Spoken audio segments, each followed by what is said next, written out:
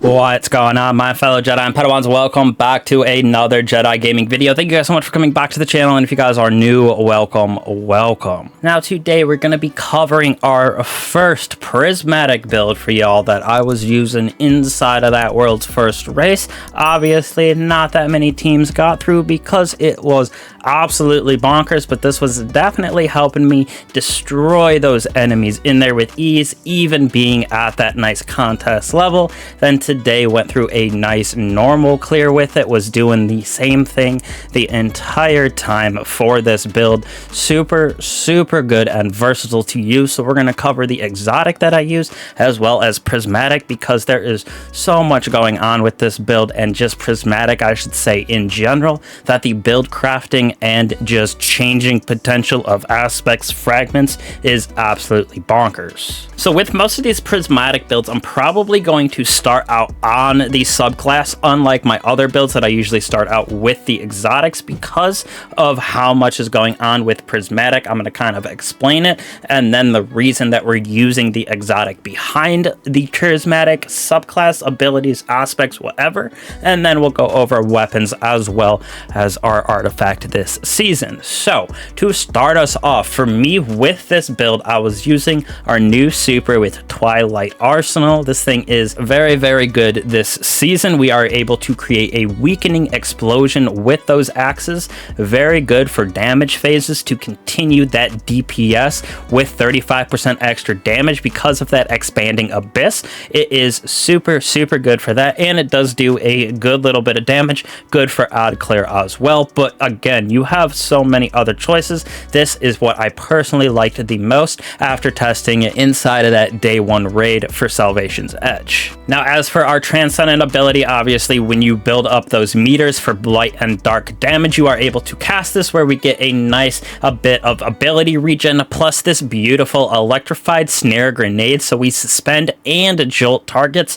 on that burst. Very good for keeping adds at bay, stunning two types of champions with overload, as well as unstoppable just with our grenade. So it is, I think, my favorite out of the grenades, but I am a Titan main, so that just might be a personal opinion.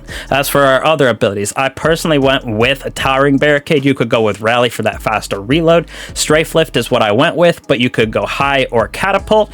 For our melee, this is where we start to really get into the specifics of it, at least for me and my side of the build. I went with Frenzied Blade. We're getting 3 of them, which one, if you just use your Frenzied Blade, you're picking up that dark energy for us for our transcendent, plus we can sever, create tangles.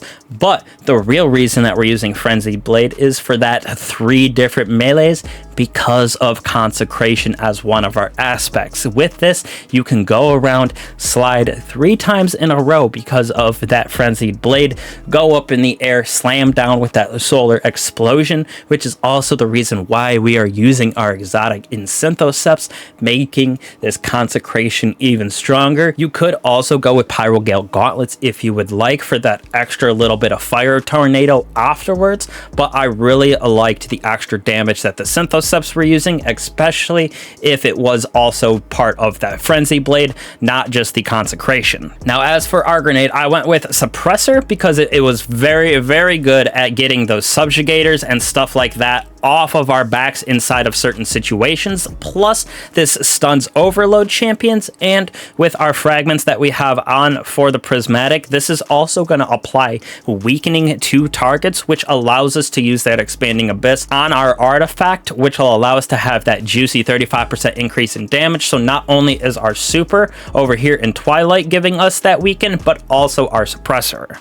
As for our second aspect, I went with Knockout because of the combination with consecration and knockout with triple on the Frenzied Blade. We're able to get back our health on those defeats, increase our melee range and damage for a short time because we proc knockout and we become amplified afterwards. So it is a match made in heaven, in my personal opinion, between consecration, knockout, and frenzied. You can get your health back very easily on those melee defeats because the consecration ones count for that, and we're getting 3 of them because of Frenzied Blade, plus Frenzied Blade by itself is also pretty strong with our Synthoceps. As for fragments down here, we have so so many choices, so you can kind of build this out as well to your specific gameplay if you would like. I'll give some alternate options after I go over my 5 that I was using consistently on this single build right here, and there's just some goated ones that, especially on the other subclasses like Warlock,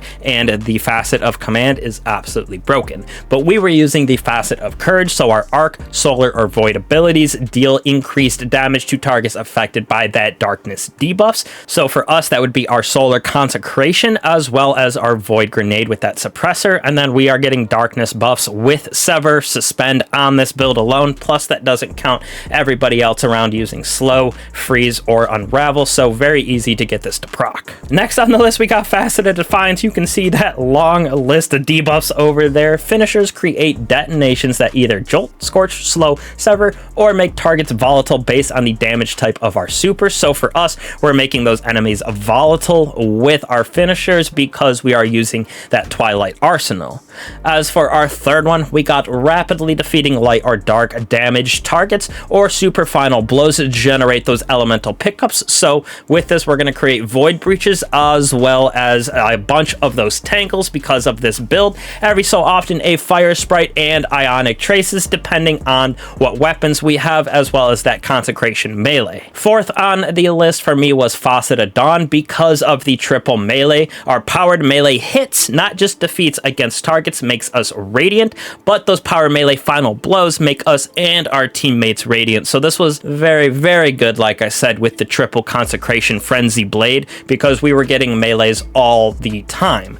Last but not least, for what I was using right here, that Facet of Dominance, our Void Grenades weaken our Arc Grenades jolt, so that is why I was using the suppressor right here, so we get that extra little bit of weakening via Facet of Dominance, and we're doing that because of our artifact and that expanding abyss mod. Now some alternates you would like depending on the weapons that you are using. Facet of Grace is a good one because if you're using kinetic weapons like I was with the Outbreak Perfected Malfeasance, you gain bonus transcendent energy. Defeating targets with our super also grants us and nearby allies energy for that transcendence, so if you're trying to pop transcendent a lot, this is a good way to go. That second alternate, like I said, definitely really good on that Prismatic Warlock. Facet of Command, freezing or suppressing a target reloads your equipped weapon and increases weapon stability, aim assist, airborne effectiveness. Defeating frozen or suspend targets creates a stasis shards or void breaches, so technically we can use it with this build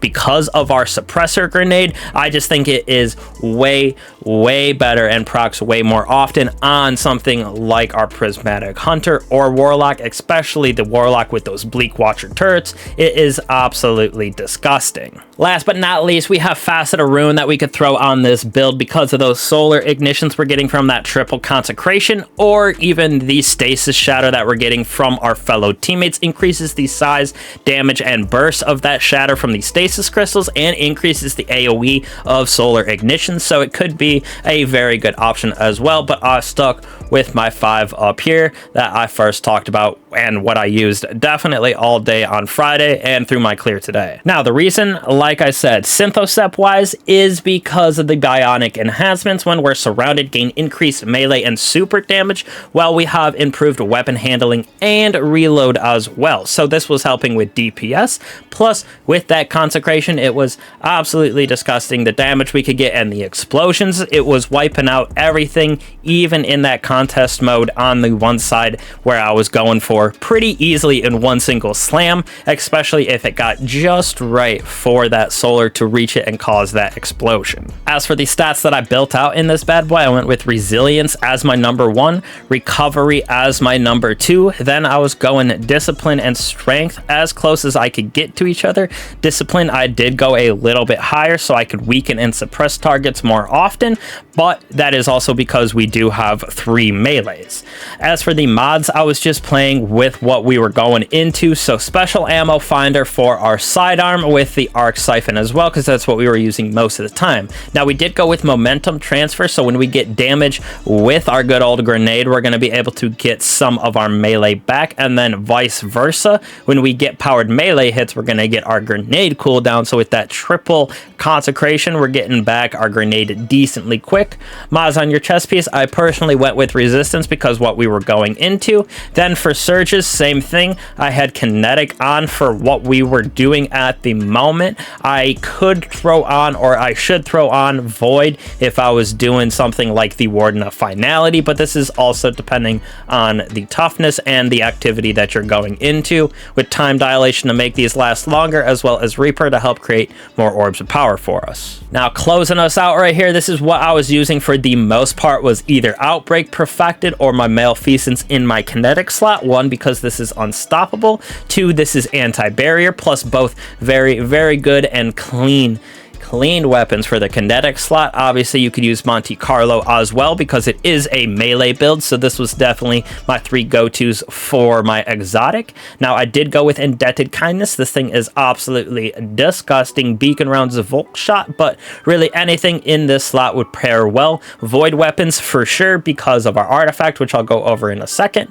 And then for me, I had Hammerhead on when I was doing some ad clear because this thing is absolutely disgusting. I also had Falling Guillotine or Edge Transit for that nice DPS, depending on what the boss was. And then last but not least, a something in the dark version of the burn, so a stasis or a strand weapon also is a good alternative because we are using 2 light weapons as well as a non-dark subclass weapon in our kinetic slot. So Transcendent does take a little bit if you're not using something like this for the majority of it, or just keep on using your melee, using those strand tangles, and you will get it. But having something like an LMG on in that strand or stasis makes it a wee bit easier. And last but certainly not least, right here on our artifact, like I've been talking about importantly, is our Expanding Abyss. Void sources deal increased damage to those weakened targets, so that is why we are getting so much juice on our super, because it weakens, and then you throw more axes, it does even more damage, plus it weakens targets for us. So our guillotine, our hammerhead, our edge transit is juicing those enemies, as well as, like I said, if you put on a void energy weapon, it'll also get that nice damage increase. But this is definitely essential for that nice juicy DPS in day 1. I personally went with Argent Blade right here so we could get that nice increase in sword damage as well because of the Falling Guillotine. Counter energy, when we are stunning champions, we gain some energy for our least charged ability. Very good, especially if it was happening to be our melee, we could get some of that back so we could use our consecration once again. Radiant orbs right here, solar or prismatic subclasses equipped. Picking up orbs also make us radiant, so very good way to keep radiant on for even more of a damage increase. So radiant orbs, expanding argent, definitely the most important in my opinion. We were using Creeping Chill because stasis weapon final blows against those slowed or frozen targets release a burst of slow. This is if you wanted to slow or throw on, I should say, a stasis LMG. Totally up to you, but I was having it on just because nothing else was really fitting my gameplay. Threaded Blast, when we were using that nice strand weapon in our heavy slot, destroying those tangles created a huge explosion. This thing is gigantic when you are using an actual strand weapon, so definitely was a very good mod to have, as well as Elemental Siphon. Rapid hits with that kinetic weapon or weapon matching our super creates elemental pickups. So our kinetic weapon was creating a bunch of elemental pickups as well as our heavy most of the time. So this artifact, very interesting, plays pretty heavy into the void and prismatic side of things because of this Expanding Abyss, but we do have also arc as well as void and solar right here for different little aspects. So we're going to go over different builds as well, but that was definitely a nice juicy Titan build for y'all, utilizing everything new from this season. Going through, like I said, it got me into day 1. We got to the first 2 encounters pretty easily. I shouldn't say easily because it took forever, but with deaths and with wiping out enemies, this build was carrying me super hard. Definitely took it into the raid today. Like I said, on the normal version was just absolutely nutty. I didn't die hardly ever because of everything that we got with knockout and the triple consecration. It is absolutely nutty, so I totally suggest giving this bad boy a try. For my Prismatic Titans out there, this will help you juice the damage with your Synthoceps and those consecration melees, as well as help weaken targets for that extra bit of damage with our void weapons or void supers, whatever it may be, void source damage. So again, I appreciate all you guys for always coming back to the channel. You guys absolutely killing it. I appreciate all the support here. You guys make this so much more fun to do and creating this content. I love doing it. So again, I appreciate all you guys. If you haven't slapped that bell, hit that like button and subscribe. Make sure you get those notifications so you don't miss out on any of these banger builds for y'all or guides. And again, appreciate all you guys. I'll catch you in the next one, doing a little raid guide for y'all, so be on the lookout for that. Peace.